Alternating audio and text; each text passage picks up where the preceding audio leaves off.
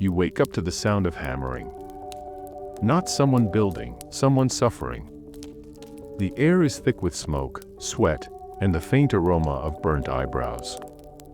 Congratulations. You're in a medieval blacksmith's workshop, and yes, this is your new job. Before you even open your eyes properly, your lungs are already screaming.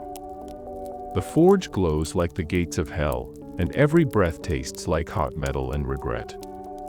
You're drenched in sweat before breakfast, but don't worry, bathing isn't part of the job description. Or the century. The villagers call you a master craftsman. Which sounds great, until you realize master means you get to work 18 hours a day, 6 days a week, for payment in coins, bread, and the occasional chicken that probably has scurvy. Your tools. Heavy. Your workspace. Filthy. Your life expectancy.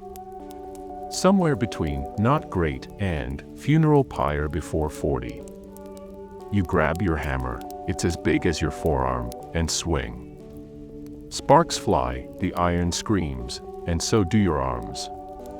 There's no OSHA, no safety gear, and definitely no earplugs.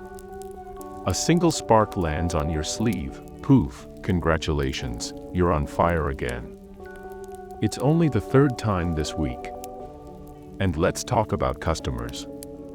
Everyone in the village needs something: horseshoes, swords, nails, a new latch for the privy door. But they all have one thing in common: they never want to pay. Can't you just bless it with your hammer? One farmer says. It'll hold better. Yeah, sure, because divine craftsmanship totally comes free with tetanus.by noon. Your arms feel like molten lead. The only thing keeping you alive is the hope that maybe, today you'll forge something interesting. Like a sword for a knight. Except when the knight shows up, he's furious that his blade isn't shiny enough. You point out that polishing takes hours. He points out his sword at your face. Lunch break. There isn't one. You grab a crust of stale bread, dunk it in ale, and chew while you pump the bellows with your foot. Your only coworker is an apprentice who thinks, "Don't touch that, it's hot," is a challenge. He's missing 2 fingers and half an eyebrow, but he's still somehow overconfident. Afternoon comes, and the village priest wanders in to bless your forge. He claims the ringing of your hammer wards off evil spirits. You nod politely while knowing it's actually warding off your will to live. Evening arrives, and you drag yourself home, covered in soot and burns. The tavern crowd greets you like a hero, until someone complains that their new door hinge squeaks funny. You consider hitting them with your hammer, but you need repeat customers.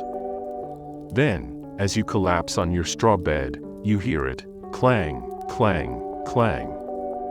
Your apprentice is still at the forge, accidentally setting something on fire again. You sigh, roll over, and dream about a future where metalwork is done by machines. Spoiler, you don't live long enough to see it.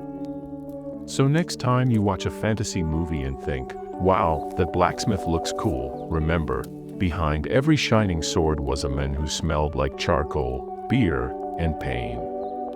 Being a medieval blacksmith didn't make you a hero. It just made you really, really tired.